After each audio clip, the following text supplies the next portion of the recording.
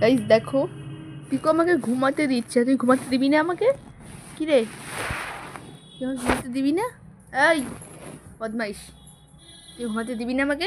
এখানে এখানে আয়, এখানে আয়, এখানে আয় পিকু, এখানে আয় পিকু।